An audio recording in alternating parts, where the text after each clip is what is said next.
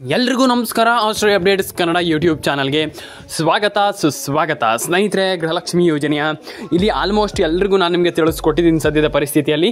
And ಇಲ್ಲಿ ಏನು ಕತೆ, ಇಲ್ಲಿ ಆಲ್ಮೋಸ್ಟ್ 90% ಜನರಿಗೆ ಹಣ ಜಮೆ ಆಗಿಲ್ಲ. ಇದಕ್ಕೆ ನಾನು ನಿಮಗೆ ಏನಂತಂದ್ರೆ ಆಲ್ಮೋಸ್ಟ್ 90% ಜನ ಇಲ್ಲಿ ಹಣ ಪಡ್ಕೊಳ್ತಾ ಇಲ್ಲ. ಏನು ಕತೆ, ಇಲ್ಲಿ DBT ಮುಖಾಂತರ ಮಹಿಳೆಯರಿಗೆ ಹಣ ಬರ್ತಾ ಇಲ್ವಾ ಅಥವಾ ಏನು ಅಪ್ಡೇಟ್ ಇದೆ, ಇದನ್ನು ನಾನು ನಿಮಗೆ ತಿಳಿಸ್ಕೊಡ್ತಾ ಹೋಗ್ತೀನಿ ಇವತ್ತೊಂದು ವಿಡಿಯೋದ ಮುಖಾಂತರ. ಬನ್ನಿ ಇವತ್ತೊಂದು ವಿಡಿಯೋನ ಶುರು ಮಾಡೋಣ. ಸ್ನೇಹಿತರೆ, ಫಸ್ಟ್ ಆಫ್ ಆಲ್ 3 ಕಂತು ಒಟ್ಟಿಗೆ ಹಣ ಜಮೆ ಆಗುತ್ತಂತ ನಾನು ಹಾಕಿದ್ದೀನಿ. ಈಗ ಎಲ್ರಿಗೂ ಗೊತ್ತಿದೆ ಸದ್ಯದ ಪರಿಸ್ಥಿತಿಯಲ್ಲಿ. ಈಗ 3 ಕಂತು ಒಟ್ಟಿಗೆ ಹಣ ಜಮೆ ಆಗುತ್ತಂತ ನಾನು ಹಾಕಿದ್ದೀನಿ. ಆ್ಯಂಡ್ ಇಲ್ಲಿ 2,000 ಪ್ಲಸ್ 2,000 4,000 ರೂಪಾಯಿ ಹಣನೂ ಇಲ್ಲಿ ಜಮೆ ಆಗುತ್ತಂತ ನಾನು ಹಾಕಿದ್ದೀನಿ. ತಮ್ಮನೇಲಲ್ಲಿ ನೀವು ನೋಡ್ತಾ ಇರ್ಬೋದು. ಎಸ್, ಈಗ ಅದಕ್ಕೆ ಹೋಗೋದಾದರೆ ಈಗ ಒಂದಿಷ್ಟು ಜನರಿಗೆ ಹಣ ಇಲ್ಲಿ ಜಮೆ ಆಗ್ತಾ ಇಲ್ಲ. ಕ್ಯೂರಿಯಾಸಿಟಿ ಇದೆ. ಈಗ ಒಂದಿಷ್ಟು ಜನರಿಗೆ ಫುಲ್ ಟೆನ್ಷನ್ ಆಗುತ್ತೆ, ಹಣ ಬರ್ತಾ ಇಲ್ಲ, ಹಾಗೆ ಹೀಗೆ ಫುಲ್ ಟೆನ್ಷನ್ ಮಾಡ್ಕೊಂಡಿದ್ದೀರಾ ನೀವೆಲ್ಲರೂ ಕೂಡ. ಈಗ ನಾನು ಮಾಡ್ಕೊಂಡಿಲ್ಲ, ಟೆನ್ಷನ್ ಮಾಡ್ಕೊಂಡಿಲ್ಲ, ನೀವು ಟೆನ್ಷನೇ ಮಾಡ್ಕೊಂಡಿಲ್ಲ ಅಂತ ನಾನು ಹೇಳ್ತಾ ಇಲ್ಲ. ಈಗ ತುಂಬ ಜನ ಫುಲ್ ಟೆನ್ಷನ್ ಮಾಡ್ಕೊಂಡಿದ್ದೀರಾ, ತುಂಬ ಜನ ಟೆನ್ಷನ್ ಮಾಡ್ಕೊಂಡಿಲ್ಲ ಅಂತಲೂ ಹೇಳ್ಬೋದು. ಒಂದಿಷ್ಟು ಜನ ಟೆನ್ಷನ್ ಮಾಡ್ಕೊಂಡಿದ್ರೆ, ಒಂದಿಷ್ಟು ಜನ ಟೆನ್ಷನ್ ಮಾಡ್ಕೊಂಡಿಲ್ಲ. ಆ್ಯಂಡ್ ಡೆಫಿನೆಟಾಗಿ ನೀವು ಟೆನ್ಷನ್ ಮಾಡ್ಕೊಳ್ಬೇಕು ಅಂತ ನಾನು ಹೇಳ್ತಾ ಇಲ್ಲ. ನಾನು ಎಲ್ರಿಗೂ ಹೇಳುವಂಥದ್ದಿಷ್ಟೇ, ಟೆನ್ಷನ್ ಮಾಡ್ಕೊಳ್ಬೇಕಂತ ಹೇಳ್ತಾ ಇಲ್ಲ ನಾನು. And first of all Australia updates Kannada YouTube ಚಾನಲ್ಗೆ ಎಲ್ರಿಗೂ ಕೂಡ ಇಲ್ಲಿ ಫಸ್ಟ್ ಆಫ್ ಆಲ್ ಸ್ವಾಗತ ಸುಸ್ವಾಗತ ಸ್ನೇಹಿತರು ಅಂತ ಹೇಳ್ತಾ, ಮೋದಿ ಅವರಿಂದ ಇಲ್ಲಿ ಒಂದಿಷ್ಟು ಜನರಿಗೆ ಗೃಹಲಕ್ಷ್ಮಿ ಯೋಜನೆ ಆಗಿರ್ಬೋದು, ಇಲ್ಲಿ ಒಂದಿಷ್ಟು ಜನರಿಗೆ ಆಲ್ಮೋಸ್ಟ್ ತುಂಬ ಜನರಿಗೆ ನಾನು ಹೇಳಿದ್ದೀನಿ ಈಗ ಸದ್ಯದ ಪರಿಸ್ಥಿತಿಯಲ್ಲಿ ಗೃಹಲಕ್ಷ್ಮಿ ಯೋಜನೆ ಆಗಿರ್ಬೋದು, Aadhaar card update, PAN card update ಇದನ್ನೆಲ್ಲ ಮಾಡಿದರೆ ಮಾತ್ರ ಗೃಹಲಕ್ಷ್ಮಿ ಯೋಜನೆ ಹಣ ಬರುತ್ತಂತ ನಾನು ಆಲ್ರೆಡಿ ಹೇಳಿದ್ದೀನಿ. ಆ್ಯಂಡ್ ಅದರಲ್ಲಿ ಮತ್ತೆ ಪುನಃ ಹೇಳುವಂಥದ್ದು ಏನಿಲ್ಲ. ಯಾಕಪ್ಪ ಅಂತಂದು ಸದ್ಯದ ಪರಿಸ್ಥಿತಿಯಲ್ಲಿ ಅದೇ ರೀತಿ ಇರುವಂಥದ್ದು. ಗೃಹಲಕ್ಷ್ಮಿ ಯೋಜನೆಯ ಹಣವನ್ನು ನೀವು ಪಡ್ಕೊಳ್ಬೇಕಂತಂದರೆ ಈಗ ಎಟ್ ಪ್ರೆಸೆಂಟಲ್ಲಿ ನೀವು ರೇಷನ್ ಕಾರ್ಡ್ ಅಪ್ಡೇಟ್ ಆಗಿರ್ಬೋದು, ಆಧಾರ್ ಕಾರ್ಡ್ ಅಪ್ಡೇಟ್ ಆಗಿರ್ಬೋದು, ಒಂದಿಷ್ಟು ಅಪ್ಡೇಟ್ಗಳನ್ನು ಮಾಡಲೇಬೇಕಾಗುತ್ತೆ ಈಗ ಸದ್ಯದ ಪರಿಸ್ಥಿತಿಯಲ್ಲಿ. ಆ್ಯಂಡ್ ಅದನ್ನು ಮಾಡ್ಕೊಳ್ಳಿ, ಎಲ್ಲರೂ ಕೂಡ ಮಾಡ್ಕೊಳ್ಳಿ. ಸಿಂಪಲ್ ಆಗಿ ಅದನ್ನು ಮಾಡ್ಕೊಳ್ಬೋದು, ಏನು ಟೆನ್ಷನ್ ಆಗುವಂಥ ವಿಚಾರ ಇಲ್ಲ. ಆ್ಯಂಡ್ ರೇಷನ್ ಕಾರ್ಡ್ ಅಪ್ಡೇಟ್ ಹಾಗೂ ಪಾನ್ ಕಾರ್ಡ್ ಅಪ್ಡೇಟ್ ಅದನ್ನೆಲ್ಲ ಮಾಡ್ಕೊಳ್ಬೇಕಾಗ್ತದೆ. ಇಲ್ಲಿ 3 ಕಂತಿನ ಹಣ ಬರ್ತಾ ಇರುವಂಥದ್ದು. ಇಲ್ಲಿ ಒಟ್ಟಿಗೆ 3 ಕಂತು ಮತ್ತು ಪ್ಲಸ್ 2,000 ಪ್ಲಸ್ 2,000 ಪ್ಲಸ್ 2,000 ಬಂದರೂ ಬರ್ಬೋದು. ಇಲ್ಲ ಅಂತಂದರೆ 2,000 ಪ್ಲಸ್ 2,000 4,000 ರೂಪಾಯಿ ಹಣ ಬಂದರೂ ಬರ್ಬೋದು. ಯಾಕಪ್ಪ ಅಂತಂದ್ರೆ ಈಗ ಇದೇ ರೀತಿ ಬರುತ್ತೆ, ಹೀಗೆ ಬರುತ್ತೆ ಅಂತ ಹೇಳಲಿಕ್ಕಾಗಲ್ಲ. ಈಗ ಕೆಲವರಿಗೆ ಹಣ ಜಮೆ ಆಗ್ತಾ ಇಲ್ಲ ಸದ್ಯದ ಪರಿಸ್ಥಿತಿಯಲ್ಲಿ, ಎಲ್ರಿಗೂ ಗೊತ್ತಿರುವಂಥ ವಿಚಾರ. ಈಗ ಕೆಲವರಿಗೆ ಹಣ ಜಮೆ ಆಗ್ತಾ ಇದೆ, ಇದು ಎಲ್ರಿಗೂ ಗೊತ್ತಿರುವಂಥ ವಿಚಾರ. ಈಗ ನಾನು ಹೇಳ್ತೀನಲ್ಲ, ತುಂಬ ಜನರಿಗೆ ಇಲ್ಲೊಂದು ಕ್ಯೂರಿಯಾಸಿಟಿ ಇದೆ. ಈಗ ಹಣ ಅಂದರೆ ಈಗ ಹಣ ಬಂದಿಲ್ಲ ಅಂದ ತಕ್ಷಣ ಏನು ಮಾಡಬೇಕು ಸರ್ ಅಂದರೆ, ಈಗ ಕೆಲವರಿಗೆ ಒಂದಿಷ್ಟು ಜನರಿಗೆ ಫುಲ್ ಕ್ಯೂರಿಯಾಸಿಟಿ ಇದೆ, ನನಗೆ ಗೊತ್ತಿದೆ. ಒಂದಿಷ್ಟು ಜನ ಕೇಳ್ತಾರೆ ಇಲ್ಲ, ಅಯ್ಯೋ ಸರ್ ನಮ್ಗೆ ನಯಾ ಪೈಸೆ ಕೂಡ ಹಣ ಬರ್ತಾ ಇಲ್ವಲ್ಲ ಸರ್, ನಮಗೆ ಒಂದಿಷ್ಟು ಹಣವಾದರೂ ಸರ್ಕಾರದ ಹತ್ರ ಹಾಕ್ಲಿಕ್ಕೆ ಹೇಳಿ. ಏನಿದು ಸರ್ಕಾರ ಇಲ್ಲಿ ನಮ್ಗೆ ಹಣನೇ ಹಾಕ್ತಾ ಇಲ್ವಲ್ಲ, ಇಲ್ಲಿ 1 ರೂಪಾಯಿ ಆದರೂ ನಮಗೆ ಸರ್, ನಮ್ಗೆ ಇಲ್ಲಿ 1 ರೂಪಾಯಿ ಆದರೂ ಇಲ್ಲಿ ನಮ್ಗೆ ಆಲ್ಮೋಸ್ಟ್ ಹಾಕಿಲ್ಲ, 1 ರೂಪಾಯಿ ಹಾಕಿಲ್ಲ ನಮಗೆ ಇಲ್ಲಿ ಅಂತ ಇಲ್ಲಿ ಒಂದಿಷ್ಟು ಜನ ಕಮೆಂಟ್ ಮೇಲೆ ಕಮೆಂಟ್ ಮಾಡ್ತಾ ಇದ್ದೀರಾ. ಆ್ಯಂಡ್ ಏನು ಕೂಡ ವರಿ ಮಾಡ್ಕೊಳ್ಳಿಕ್ಕೆ ಹೋಗಬೇಡಿ. ನನ್ನ ಪ್ರಕಾರ ಹೇಳೋದಾದ್ರೆ ಡೆಫಿನೆಟಾಗಿ ಹಣ ಜಮೆ ಆಗುವಂಥ ಸಾಧ್ಯತೆ ಇದೆ. ಆ್ಯಂಡ್ ನೋಡೋಣ, ಸರ್ಕಾರದ ಬಳಿ ಹಣ ಇಲ್ವೋ ಏನೋ ಗೊತ್ತಿಲ್ಲ, ಆದರೆ ಇಲ್ಲಿ ಮೇಯ್ನ್ ಆಗಿ ಸರ್ಕಾರ ಇಲ್ಲಿ 1 ರೂಪಾಯಿ ಹಣ ಹಾಕ್ತಾ ಇಲ್ಲ. ಈಗ ಸದ್ಯದ ಪರಿಸ್ಥಿತಿಯಲ್ಲಿ ನಿಲ್ಲಿಸಿಬಿಟ್ಟಿದ್ದಾರೆ. ಗೃಹಲಕ್ಷ್ಮಿ ಯೋಜನೆ ಹಣ ಹಾಕ್ತಾರೋ ಇಲ್ವೋ ಗೊತ್ತಿಲ್ಲ, ನೋಡೋಣ ಏನಾಗುತ್ತಂತ ಸ್ನೇಹಿತರೆ. ಅದನ್ನು ಹೇಗೆ ಸರಿ ಮಾಡುವಂಥದ್ದು ಅಂತಂದರೆ, ಅದನ್ನು ಹೇಗೆ ಪತ್ತೆ ಹಚ್ಚುವಂಥದ್ದು ಅಂತಂದರೆ, ಈಗ ಪ್ರಾಬ್ಲಮ್ ಅಂತಂದರೆ ಈ ಗೃಹಲಕ್ಷ್ಮಿ ಯೋಜನೆ ಹಣ ಈಗ ಕೆಲವರದ್ದು DBT ಪುಷ್ ಆಗ್ತಾ ಇಲ್ಲ, DBTಯಿಂದ ಹಣ ಬರ್ತಾ ಇಲ್ಲ. ಮಹಿಳೆಯರಿಗೆ ಒಂದಿಷ್ಟು ಜನರಿಗೆ ಪ್ರಾಬ್ಲಮ್ ಆಗಿದೆ. ಈಗ ಸದ್ಯದ ಪರಿಸ್ಥಿತಿಯಲ್ಲಿ ತುಂಬ ಜನರಿಗೆ ಹಣ ಜಮೆ ಆಗಿಲ್ಲ. ಈ ರೀತಿ ಇರುವಾಗ ಸದ್ಯದ ಪರಿಸ್ಥಿತಿಯಲ್ಲಿ ಎಲ್ಲರೂ ಕೂಡ ಎಚ್ಚೆತ್ತುಕೊಳ್ಳಬೇಕಾಗ್ತದೆ. ಆ್ಯಂಡ್ ಡೆಫಿನೆಟಾಗಿ ಎಲ್ಲರೂ ಕೂಡ ಹಣವನ್ನು ಪಡ್ಕೊಳ್ಳಿ ಅಂತ ನಾನು ಕೇಳ್ಕೊಳ್ತೀನಿ. ಯಾಕಪ್ಪ ಅಂತಂದರೆ ತುಂಬ ಜನರದ್ದು ಹಣ ಜಮೆ ಆಗಿಲ್ಲ. ಏನು ಕೂಡ ವರಿ ಮಾಡ್ಕೊಳ್ಬೇಡಿ, ಹಣ ಬರುತ್ತೆ ಸ್ನೇಹಿತರೆ. ನಾನು ಹೇಳಿದ ತಕ್ಷಣ ಈಗ ಕೆಲವರು ನಂಬಲ್ಲ, ಅಂದರೆ ನೀವು ನಾನು ನಂಬಬೇಕು ಅಂತ ನಾನು ಹೇಳ್ತಾ ಇಲ್ಲ. ನಾನು ಎಲ್ರಿಗೂ ಹೇಳುವಂಥದ್ದು ಇಷ್ಟೇ. ಈಗ ನಾನು ಹೇಳಿದ ತಕ್ಷಣವೇ ನಂಬಿಡಿ, ನಾನು ಹೇಳಿದ್ದೇ ವೇದವಾಕ್ಯ ಅಂತ ನಾನು ಹೇಳ್ತಾ ಇಲ್ಲ. ಆದರೆ ನೀವು ಖಂಡಿತವಾಗ್ಲೂ ನೀವು ತಿಳ್ಕೊಳ್ಬೇಕು ಯಾಕೆ ಹಣ ಬರ್ತಾ ಇಲ್ಲ ಸರ್ಕಾರದ ಕಡೆಯಿಂದ ಅಂತ. ಹಾಗಾಗಿ ಎಲ್ಲರೂ ಕೂಡ ರೇಷನ್ ಕಾರ್ಡ್ ಅಪ್ಡೇಟನ್ನು ಮಾಡ್ಕೊಳ್ಳಿ, ಆಧಾರ್ ಕಾರ್ಡ್ ಅಪ್ಡೇಟನ್ನು ಮಾಡ್ಕೊಳ್ಳಿ, ಎಲ್ಲರಿಗೂ ಒಳ್ಳೆದಾಗಲ್ಲ ಅಂತ ಹೇಳ್ತಾ ಸ್ನೇಹಿತರೆ. ಮತ್ತು ಇನ್ನೊಂದು ವಿಚಾರ ಏನಪ್ಪ ಅಂತಂದರೆ, ಇಲ್ಲಿ ಈಗ ಕೇಳಿದರೆ ಶಾಕ್ ಆಗ್ತೀರಾ ನೀವು, ಏನು ಸರ್ ಇದು ಇದು ನಮ್ಗೆ ಅರ್ಥವೇ ಆಗ್ತಾ ಇಲ್ಲ ಅಂತ. ಹೌದು, ರೇಷನ್ ಕಾರ್ಡ್ ಅಪ್ಡೇಟ್ ಮಾಡಿಲ್ಲ ಅಂತಂದ್ರೆ ನಯಾ ಪೈಸೆ ಕೂಡ ಹಣನೇ ಬರಲ್ಲ ಸರ್ಕಾರದ ಕಡೆಯಿಂದ. ಭರ್ಜರಿ ಗುಡ್ ನ್ಯೂಸ್.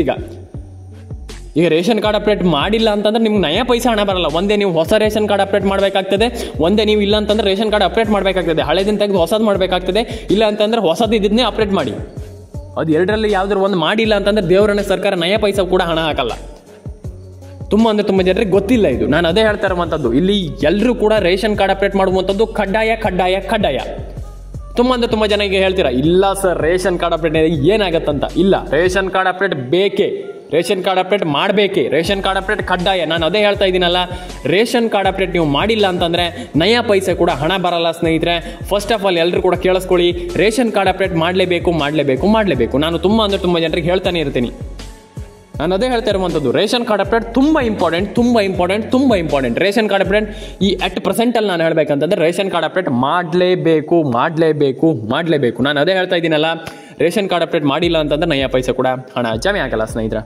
ಹಾಗಾದರೆ ಸರ್ಕಾರ ಇಲ್ಲಿ ಅಂದರೆ ಈಗ ನಿಮಗೆ ಒಂದು ಏನು ಕ್ಯೂರಿಯಾಸಿಟಿ ಹುಟ್ಟುತ್ತೆ, ಈಗ ಸರ್ಕಾರ ನಾವು ಹೇಗೆ ರೇಷನ್ ಕಾರ್ಡ್ ಅಪ್ಡೇಟ್ ಮಾಡುವುದು ಸರ್, ನಮಗೆ ಅರ್ಥ ಆಗ್ತಾ ಇಲ್ಲ. ಇಲ್ಲಿ ನಮಗೆ ರೇಷನ್ ಕಾರ್ಡ್ ಅಪ್ಡೇಟ್ ನಮ್ಮದು ಹಳೆದಿದೆ ಸರಿ, ರೇಷನ್ ಕಾರ್ಡ್ ಅಪ್ಡೇಟ್ ಮಾಡಿಲ್ಲ ಸರಿ, ಆದರೆ ಎಲ್ಲದೂ ಸರಿ, ಆದರೆ ನಮಗೆ ರೇಷನ್ ಕಾರ್ಡ್ ಅಪ್ಡೇಟ್ ಮಾಡಲಿಕ್ಕೆ ಗೊತ್ತಾಗ್ತಾ ಇಲ್ಲ. ಎಲ್ಲಿ ಮಾಡೋದು, ಹೇಗೆ ಮಾಡೋದು, ಅದನ್ನು ಯಾವ ರೀತಿಯಿಂದ ಚೇಂಜ್ ಮಾಡುವಂಥದ್ದು ನಾನು ಹೇಳ್ತೀನಿ, ಕೇಳಿಸ್ಕೊಳ್ಳಿ.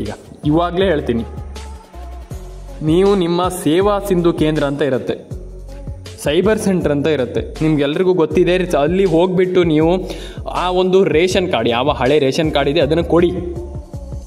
ಅವರು ನಿಮಗೆ ಖಂಡಿತವಾಗ್ಲೂ ಅದನ್ನು ಚೇಂಜ್ ಮಾಡಿ, ಅದಕ್ಕೆ ಅಪ್ಡೇಟನ್ನು ಮಾಡಿ, ರೇಷನ್ ಕಾರ್ಡ್ಗೆ ಅಪ್ಡೇಟನ್ನು ಮಾಡಿ ಕೊಡ್ತಾರೆ. ಡೆಫಿನೆಟಾಗಿ ಕೊಡ್ತಾರೆ. ನಿಮ್ಮೆಲ್ರಿಗೂ ಹಣ ಬರುತ್ತೆ, ಡೆಫಿನೆಟಾಗಿ ಹಣ ಬರುತ್ತೆ. ಆ್ಯಂಡ್ ರೇಷನ್ ಕಾರ್ಡ್ ಅಪ್ಡೇಟ್ ಮಾಡಿಲ್ಲ ಅಂತಂದರೆ first of all ration card ಅಪ್ಡೇಟನ್ನು ಮಾಡಿಸ್ಕೊಳ್ಳಿ. ತುಂಬ ಜನ ರೇಷನ್ ಕಾರ್ಡ್ ಅಪ್ಡೇಟ್ ಮಾಡ್ತಾ ಇಲ್ಲ. ಇದು ಬಿಡಿ, ರೇಷನ್ ಕಾರ್ಡ್ ಅಪ್ಡೇಟ್ ಬಿಟ್ಬಿಡಿ. ಈಗ ಇನ್ನೊಂದು ತಪ್ಪು ಏನಪ್ಪ ಅಂತಂದರೆ, ಮೊಬೈಲ್ ನಂಬರ್ ಕೆಲವರದಿದೆ, ಫೋನ್ ನಂಬರ್ ಕೆಲವರದು ಗೃಹಲಕ್ಷ್ಮಿ ಯೋಜನೆಗೆ ಲಿಂಕ್ ಇದೆ, ಕೆಲವರದಲ್ಲಿ ಎಲ್ಲರದ್ದು ಇದೆ. ಮೊಬೈಲ್ ನಂಬರ್ ಕೆಲವರದ್ದು ಏನಾಗಿದೆಯಪ್ಪ ಅಂತಂದರೆ ಡೆಡ್ ಆಗಿದೆ ಅಂತಂದರೆ ನಾನು ಹೇಳ್ತೀನಿ ಕೇಳಿಸ್ಕೊಳ್ಳಿ. ಡೆಡ್ ಆಗಿದೆ ಅಂತಂದರೆ ಹೇಗಂತಂದರೆ, ನಾನು ಹೇಳ್ತೀನಿ, ಮೊಬೈಲ್ ನಂಬರ್ ಡೆಡ್ ಆಗಿರುವಂಥದ್ದು ದೊಡ್ಡ ವಿಚಾರ ಅಲ್ಲ. ಅದು ನಿಮ್ಮ ಮೊಬೈಲ್ ನಂಬರ್ ಮತ್ತೆ ಸರಿ ಮಾಡಿಸ್ಕೊಂಡಿಲ್ಲ, ಯಾರು ಕೂಡ ಕೆಲವರು ಸರಿ ಮಾಡ್ಕೊಂಡಿಲ್ಲ. ಆ ಮೊಬೈಲ್ ನಂಬರ್ ಡೆಡ್ ಆಗಿದೆ ಸರಿ, ಅದನ್ನು ಸರಿ ಮಾಡ್ಕೊಂಡಿಲ್ಲ ಅಂತಂದ್ರೆ ನಿಮ್ಗೆ ಹೇಗೆ ಬರುತ್ತೆ ನಿಮ್ಮ ಒಂದು ಅಪ್ಡೇಟ್? ಸರ್ಕಾರ ಈಗ ಏನಾದರೂ ಒಂದು ಅಪ್ಡೇಟ್ ಹಾಕಿದರೆ ಹೇಗೆ ಬರುತ್ತೆ? ನಾನು ಅದು ಕೇಳುವಂಥದ್ದು. ಈಗ ಸರ್ಕಾರ ಏನೋ ಒಂದು ಅಪ್ಡೇಟ್ ಹಾಕ್ತಾರೆ ಅಂತ ಇಟ್ಕೊಳ್ಳಿ, ಅದು ಹೇಗೆ ಬರುತ್ತೆ? ಈಗ ತುಂಬ ಜನರಿಗೆ ಇದೇ ಈಗ ಕ್ವಶನ್, ಅದು ಹೇಗೆ ಬರುತ್ತೆ ಅಂತ ನಾನು ಕೇಳುವಂಥದ್ದು. ಅದಕ್ಕೆ ನೀವು ಮೊಬೈಲ್ ನಂಬರ್ನ ಸರಿಯಾಗಿ ಇಟ್ಕೊಳ್ಳಿ, ಡೆಡ್ ಮಾಡ್ಲಿಕ್ಕೆ ಹೋಗಬೇಡಿ, ಸರಿಯಾಗಿ ಅದನ್ನು ಸರಿ ರೀತಿಯಲ್ಲಿ ನೋಡ್ಕೊಳ್ಳಿ. ಡೆಫಿನೆಟಾಗಿ ಎಲ್ರಿಗೂ ಹಣ ಜಮೆ ಆಗಲಿ, ಎಲ್ರಿಗೂ ಹಣ ಬರಲಿ. ನಾನು ಪ್ರತಿಯೊಬ್ಬರಿಗೆ ಹೇಳುವಂಥದ್ದು ಇಷ್ಟೇ, ಮೊಬೈಲ್ ನಂಬರ್ನ ಕಂಪ್ಲೀಟಾಗಿ ಸರಿ ಮಾಡಿ ಎಲ್ಲರ ಅಕೌಂಟಿಗೆ ಹಣ ಬರುವ ರೀತಿಯಲ್ಲಿ ಮೊಬೈಲ್ ನಂಬರ್ನ ಇಟ್ಕೊಳ್ಬೇಕಾಗ್ತದೆ. ಕೆಲವರದ್ದು ಮೊಬೈಲ್ ನಂಬರ್ ನೋಡಿದರೆ ನನಗೆ ಶಾಕ್ ಆಯಿತು. ಯಾಕಪ್ಪ ಅಂತಂದರೆ ಕೆಲವು ಮೊಬೈಲ್ ನಂಬರ್ ಸರಿಯೇ ಇಲ್ಲ. ನಾನು ಅದೇ ಹೇಳ್ತಾ ಇರುವಂಥದ್ದು, ಮೊಬೈಲ್ ನಂಬರ್ನ ಕಂಪ್ಲೀಟಾಗಿ ಸರಿ ಮಾಡಿ ಇಟ್ಕೊಳ್ಳಿ.